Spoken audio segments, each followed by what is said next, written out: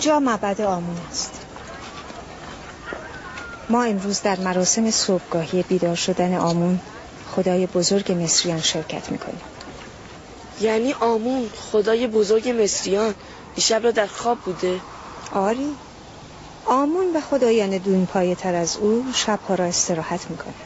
اگر شبانگاه بنده محتاج به راز و نیاز با خدای خیش باشد باید چه کند؟ بندگان نیز چون خدایان باید شبها را استراحت کنند. خدایان روزها را برای مراجعه بندگان اختصاص دادند.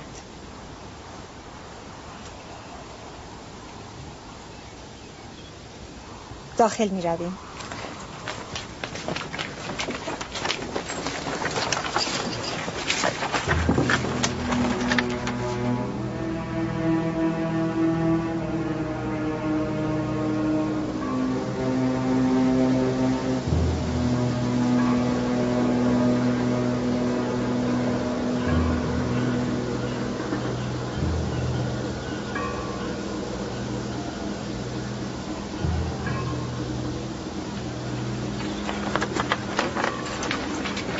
فقط پیروان آمون و اهالی مصر حق ورود دارند. ورود بیگانه ممنوع است.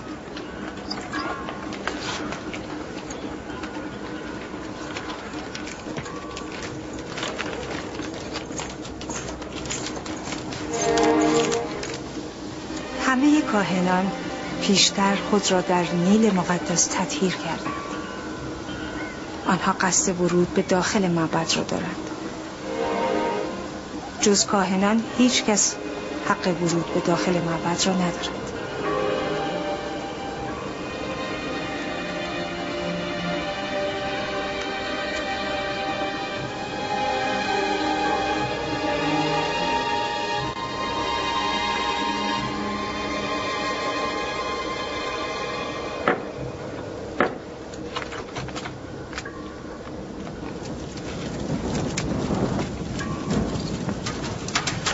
با آن وسایل آمون را شستشو داده تطهیر می کنند. لباس او را تعویض کرده آرایشش می کنند و خوشبوترین عطرها را به او می زنند و او را برای عبادت بندگان آماده می سازند. یعنی کسی نمی تواند در خلوت خود و یا در جای دیگر آمون را پرستش کند؟ نه، خدایگان آمون را فقط در معبد و در حضور خود او ستایش می‌کنند.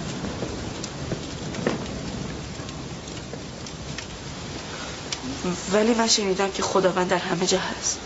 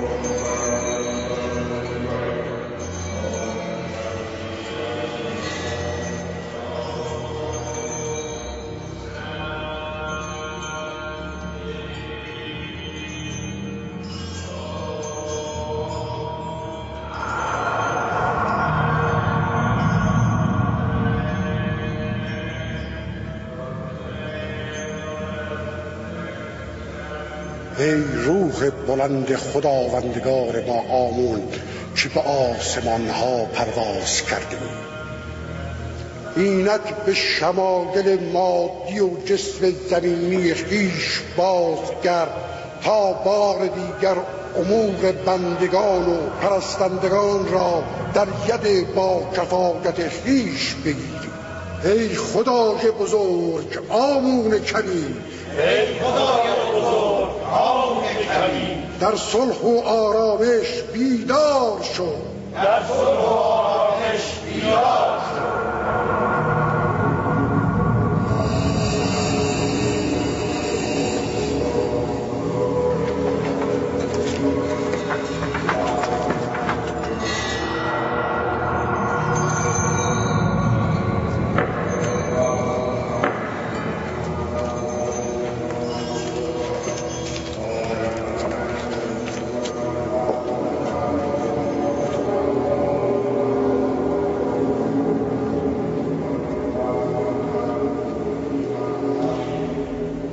ای آمون بزرگ، از جوهره و اصاره معنوی این پیشکش ها و قربانی ها تناول نمایید و اونها را برای زمین متبرک کنید.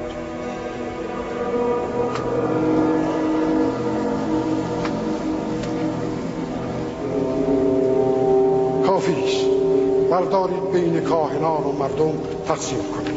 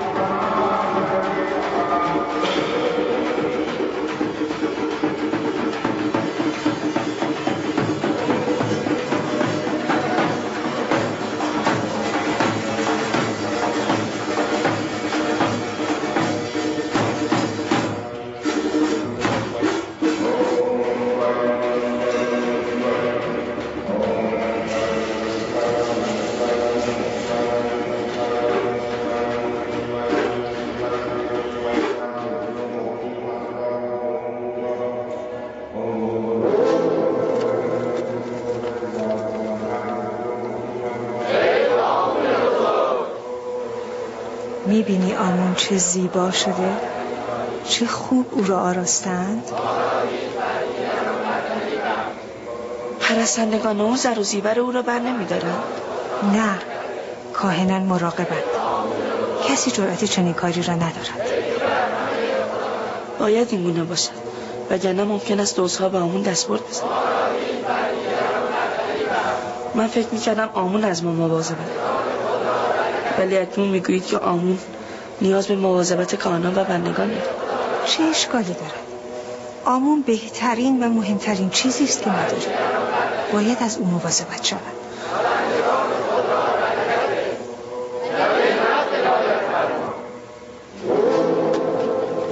برکت باد بر شما بندگان من آمون را از استراحتگاه شبانگاهان به اداره امور بندگان بازگشتم.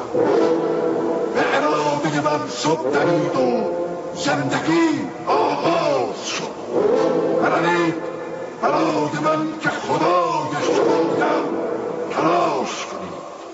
برنید و تلاش کنید که روزیتان را به اراده خویش ارادت خواهم کرد.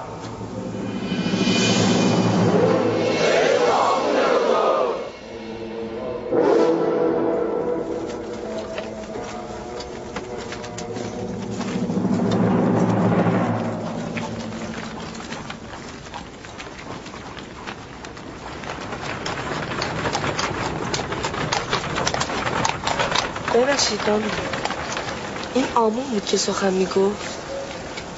مگر ندیدی؟ چرا دیدم، اما یک سنگ که سخن نمیگوید. آمون سنگ نیست، او روحی است که به این شکل تجسم یافته.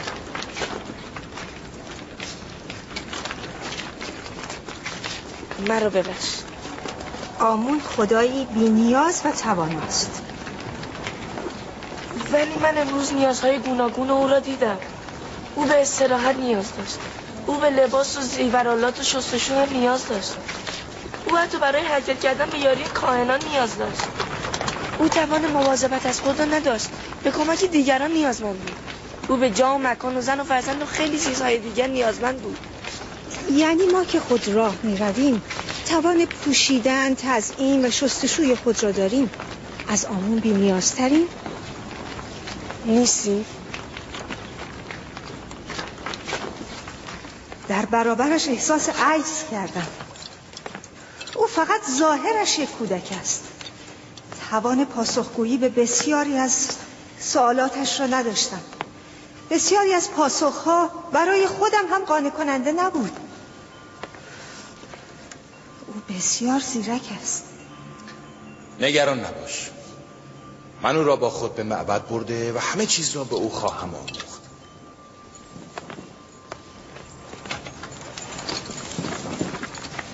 بی پرده بگویم، او مرا نسبت به آمون به تردید انداخت. پس بگو صیاد خود اسیر صید شد. پس این غذا چه شد؟ آنقدر گرسنه‌ام که میتوانم گاوی را به تنهایی ببلعم.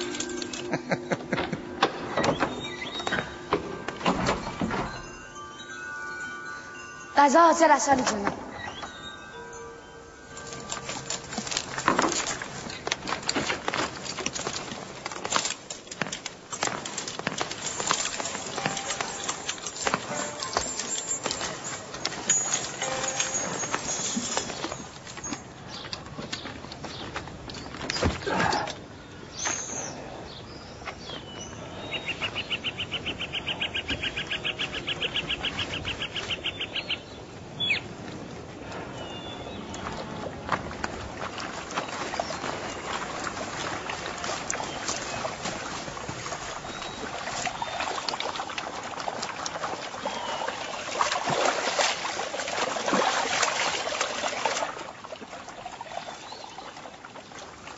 پدر کلبه احزان را تمام کرد و به ما اجازه دخالت و یاری نداد.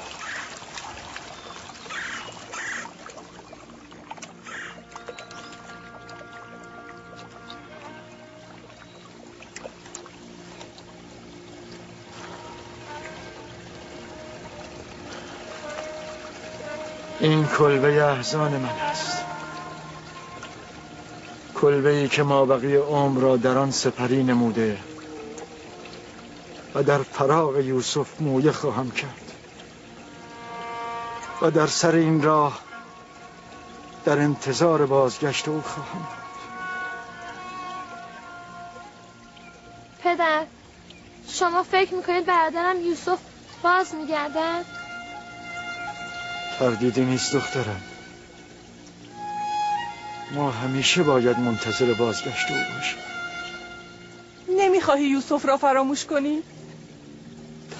چگونه فراموش کنم؟ اگر او مرده بود چند روزی را به سود می‌نشستم و تمام میشد. اما چون نمیدانم که او در چه حال است، مدام از خودم میپرسم که اکنون چه میکند؟ چه بلایی بر سرش آمده؟ آیا در چنگ راهزنان گرفتار آمده؟ در دام برده فروشان اسیر است؟ آیا او را به گناه آلودند؟ سیر است یا گرسنه؟ پوشیده است یا برهنه؟ آرام باشید نبی خدا، چرا این همه خود را رنج میدهید؟ غم مرگ عزیزان را کرانه ای هست، اما درد هجران و فراق جاودانه است. با این همه من صبر پیشه می کنم و این هجران را به امید وصال در انتظار می مانم.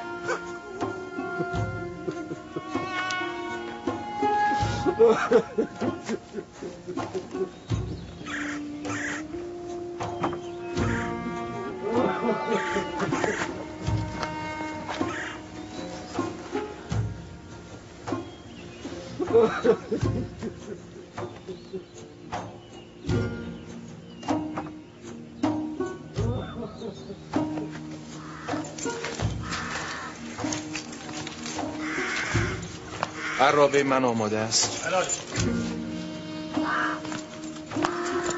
حتما باید او را با خود ببرید. بریم. آمنحتب وصف او را شنیده. او را هم نزد آمنحتب خواهم برد، هم به معبد. فکر میکنم بی نتیجه است. او را کودک تصور نکنید. او چون درختان کهنسال نیست، جوان است و انعطاف پذیر و به سهولت تغییر میکند. با او چه سخن بگویم عظمت آیین مصر و قداست آن را خواهد شناخت.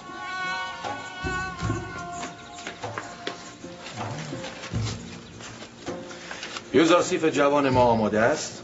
برای اطاعت از فرامین عالی جناب پوتیفار آماده.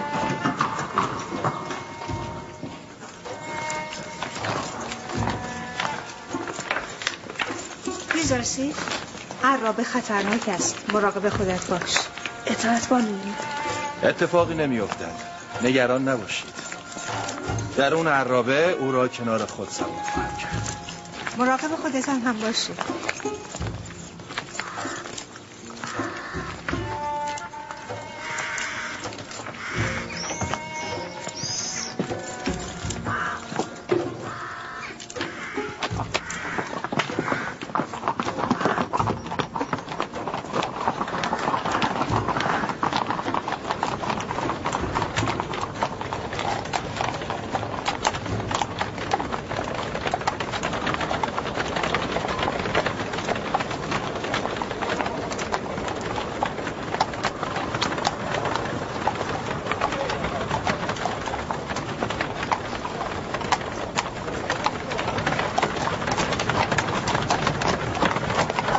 سربازان آمون مشتی خودسر، اغتشاشگر و قدرت طلب است. این سیلوها متعلق به معبد آمون است. هر ساله بخش اعظم قلعه مصر در اینجا ذخیره می‌شود. گویی کاهنان سیری ناپذیر.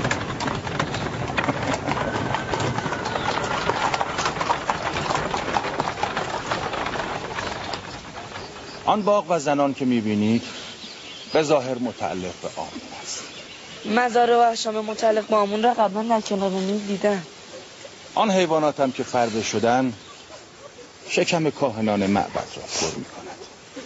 با این وضع کاهنان معبد هیچگاه اجازه نمیدن منافع آنها این همه به خطر بیفتد. کدام آیین بهتر از آمون میتواند منافع آنها را تامین کند؟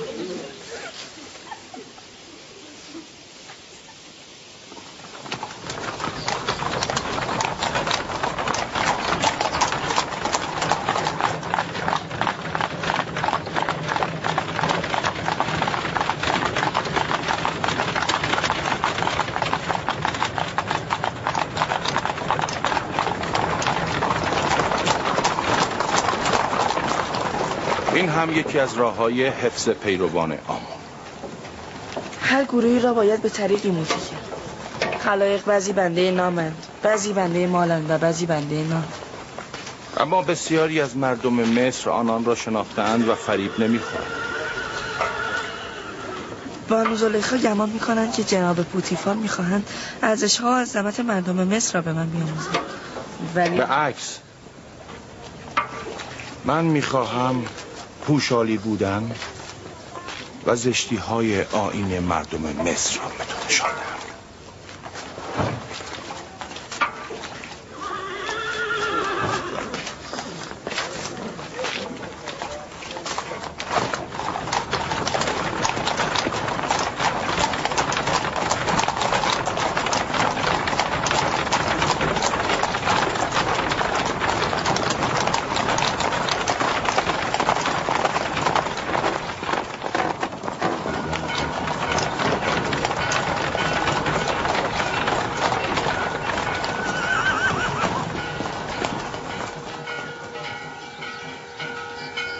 اینجا قصر آمنحتپ سوم، فرمانروای بزرگ سرزمین مصر است.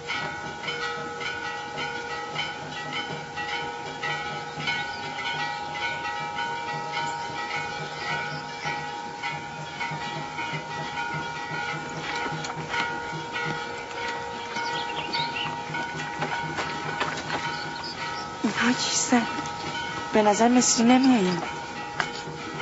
اینها فرستادگان و سفیران کشورهای مختلف هستند که برای حکومت مصر خراج سالیانه آوردند.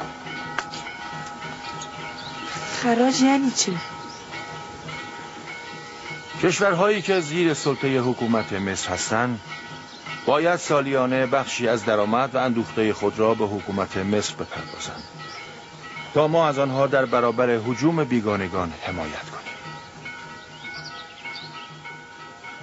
نمی شود بدون خراج از آنها حمایت کنید؟ اگر این باج و خراج ها نباشند حکومت مصر نمی تواند به حیات خود ادامه دهد. ما باید از آنها سپاسگزار باشیم.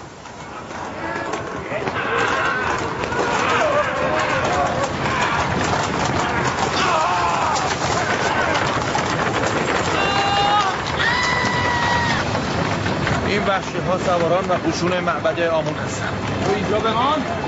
من میگردم. حرکت کن!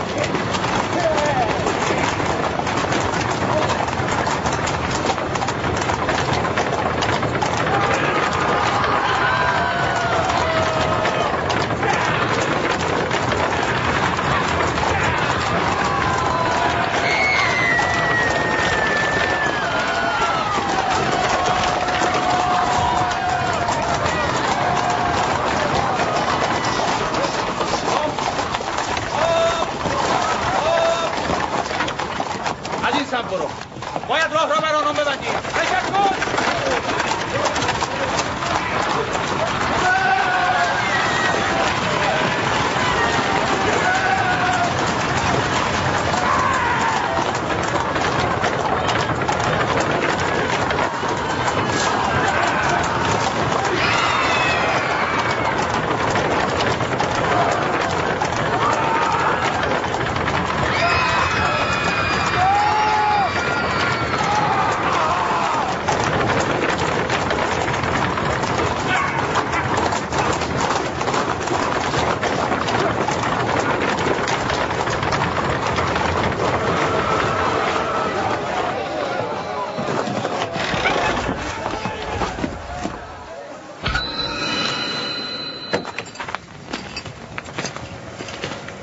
جناب چرا راه را بسته اید؟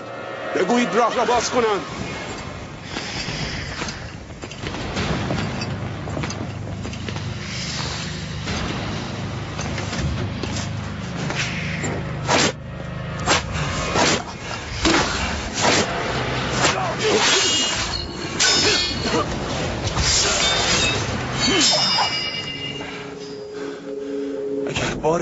موجب اغتشاش در شهر شوید، با زبان شمشیر با شما سخن خواهم گفت، نه با زبان تازیانه. دیگر تکرار نشود.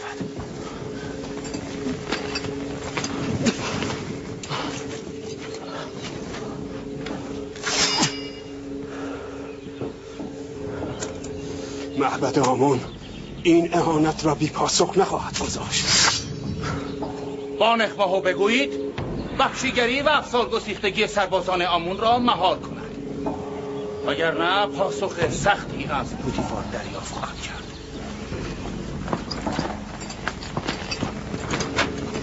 حرکت کن. حرکت کن.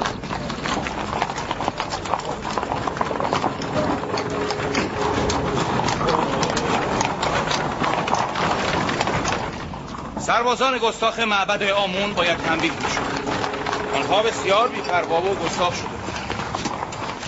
من هم میتوانم مثل شما شجاع و قدرتمند شوم؟ چرا که نه؟ اگر اشتیاق داری نزد رودامون برو و تمرین کن. آموختن فنون رزم برای تو ضروری است.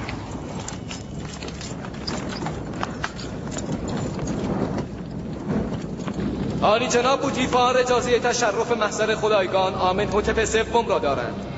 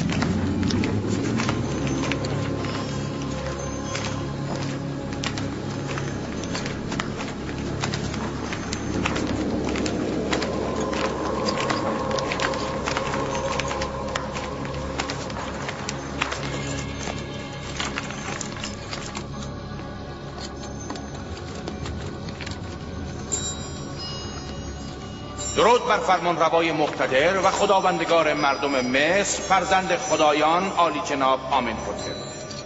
درود بر فرمانده لایق ما جناب بوتیفار عزیز مصر.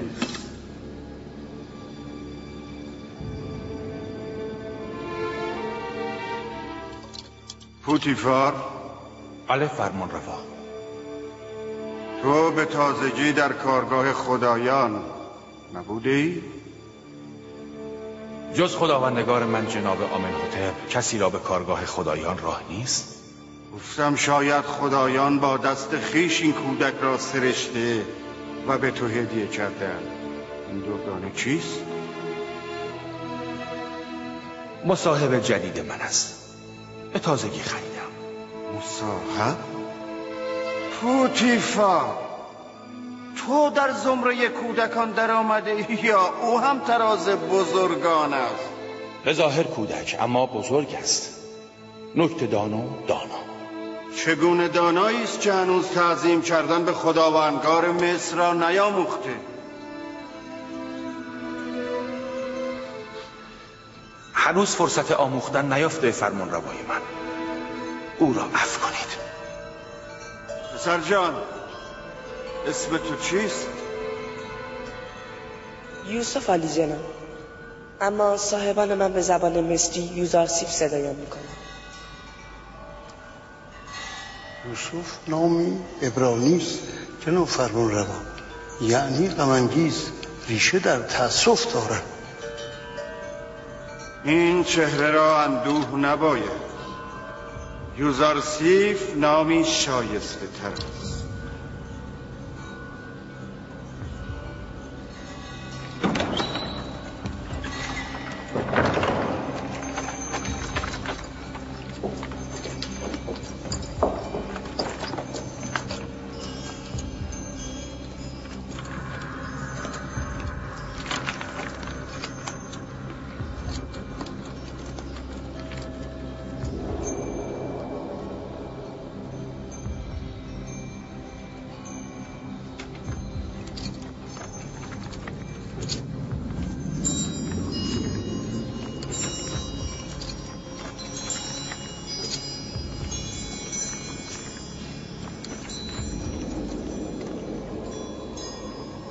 بسیار خوب یوزرسی.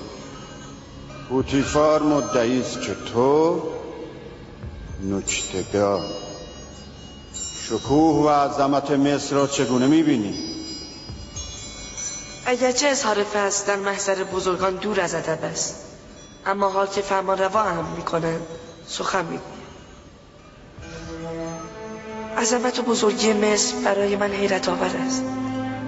مرا به یاد کوه‌های بلند و صخره‌های بزرگ می‌اندازد. ولی من فکر می‌کنم که تپه‌ای سرسبز و کوچک بهتر از صخره بزرگی است که علف برای خوردن گوسفندان نداره.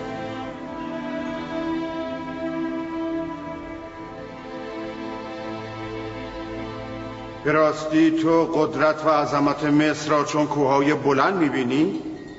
همینطور است عالی جناب.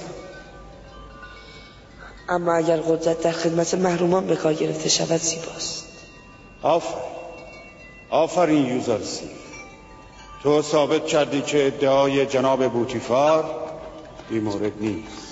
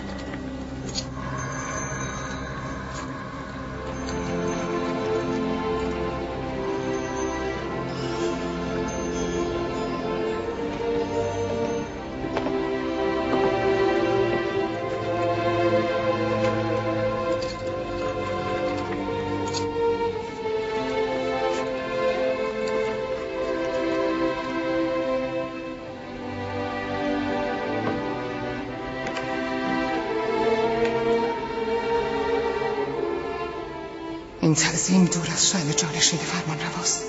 کسی که خون خدایان در رگ اوست به بنده خود تعظیم نمی کند. به اراده خودم نبود مادر. ناخودآگاه تحسین مرا برانگیخت.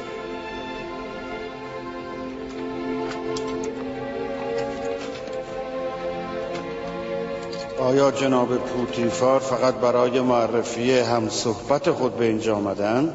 نه خیر خداوند بیگار من. به شکایت از خودکامگی و توحش سربازان آمون به خدمت رسیدم. هر روز در گذرگاه‌ها و معابر عمومی قائله به پا می‌کنند. از هیچ قدرتی بیم ندارند و از هیچ قانونی پیروی نمی‌کنند. خودسری را به نهایت رساندند. بیمان دارم که اگر با آنان برخورد نشود بر علیه حکومت مصر دست به اقدام می‌زنند. مخالفت با آمون و کاهنان معبد کفر است. حساب آمون با کاهنان معبد جداست.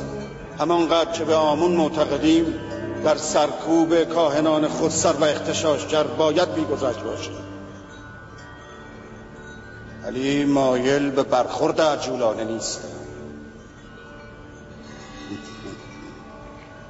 برای آنها نقشه هایی دارم تا فرصتی مناسب و تصمیمی درست با آنها مدارا کنم.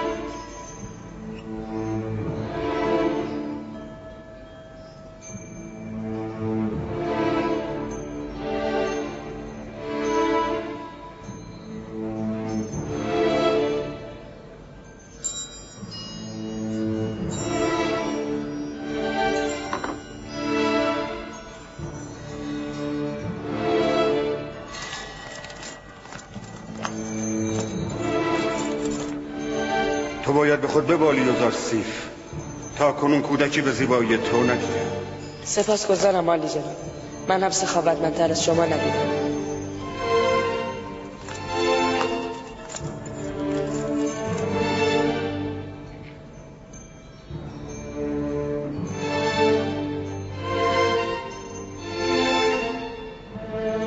نبردی سخت در پیش داریم. آماده باش.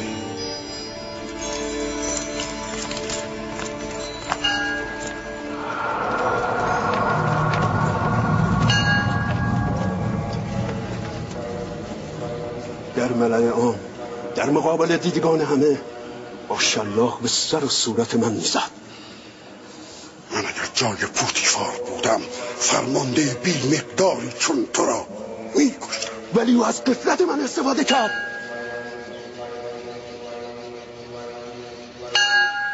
اگر قصدش را میدانستم لحظه ای مجالش نمیدادم. او حقیرتر از آن است که بخواهد در مقابل من بایستد. بر در خانه صاحب خود شیری، اما در برابر پوتیفار روباهی بیش نیست. لافزنی بس است. بگو چه باید کرد؟ قصه‌ای که در برابر خانه خود راست می‌کند چه می‌پرسید؟ چه می‌دانم چه باید کرد؟ من تردید ندارم پوتیفار و اربابش هر دو دشمن خدایان مخصوصاً آمون هستند، اما نمیدانم چه باید کرد. معلوم است چه باید کرد. هر دوی آنها باید مجازات شوند، آن هم به سختی. چه کسی میخواهد او را مجازات کند؟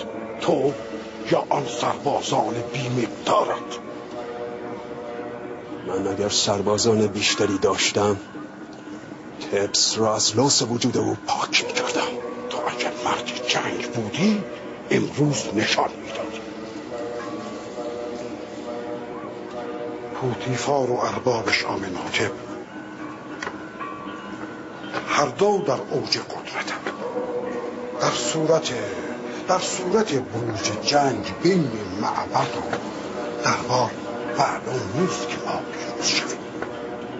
بهتر است فعلا با اونها مدارا کنید تا موقعیت مناسبی پیدا شود.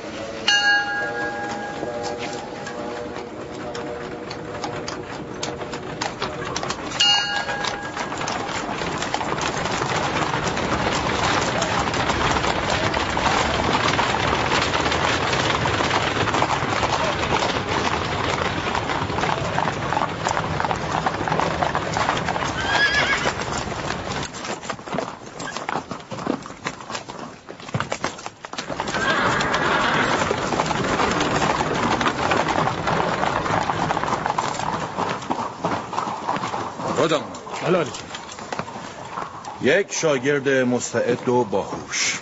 ببینم چه میکنی. میخواهم که او قوی و شجاع باشد. من باید چه کنم جناب پوتیفار؟ جناب پوتیفار میخواهند که شما فنون رزمی به یوزارسیب بیاموزید. شمشیر بازی، تیراندازی، پرتاب نیزه و اسب سواری را به او بیاموز. مطمئن باش که زحمات تو را هدر نخواهد داد. تمام توان خود را در تعلیم او به کار خواهم بست. مطمئن باشید عالی جناب.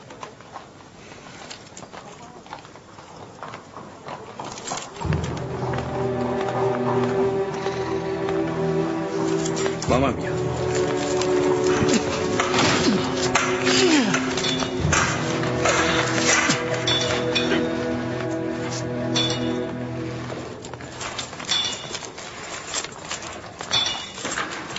شمشیر آموزش.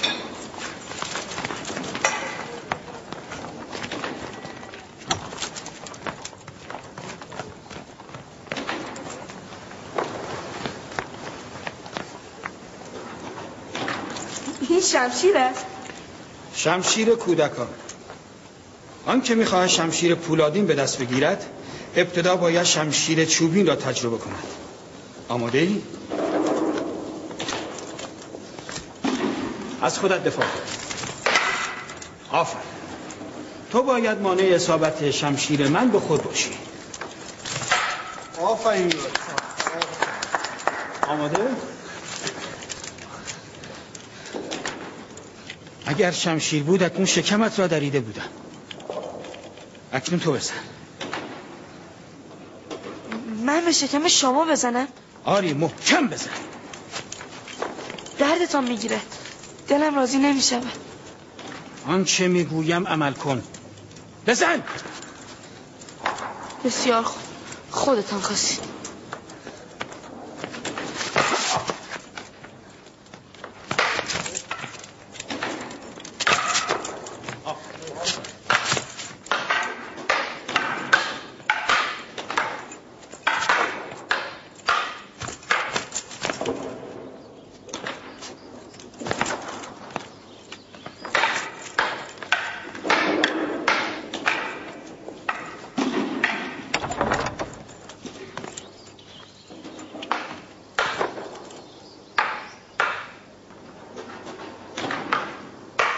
جناب پوتیفار تشریف آوردند بانوی من.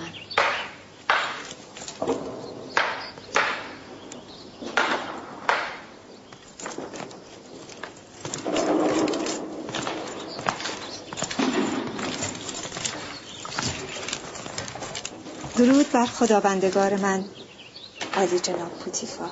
درود بر بانوی زیبای من زلیخا. اینجا چه میکنی؟ شمشیربازی یوزارسیف را مینگرم. گشت گذار امروز در شهر چگونه بود؟ او باید از نازپروردگی و ناپختگی به در آید. امروز به هنگام عراب رانی و تعقیب سربازان آمون ترسیده بود. شما با سربازان آمون درگیر شدید؟ پادیامون باید تنبیه میشد. پس از درگیری من و یوزارسیف به قصر آمنهوتپ رفتیم. امروز یوزارسیف سرافرازم کرد. او خیلی زیرک و باهوش است. پاسخهای نغز او به سوالهای فرمانروا ستودنی بود. آمنهوتپ رشته‌ای از مروارید گردن خود را به او هدیه داد و آمنهوتپ جوان هنگام انداختن آن به گردن یوزارسیف ناخودآگاه به او تعظیم کرد. نه، ممکن نیست. همه حاضرین در آن لحظه چون تو در حیرت بودند و آمنهوتپ جوان را منع می‌کردند. من به تو گفته بودم که از اون منافع زیادی به ما خواهد رسید.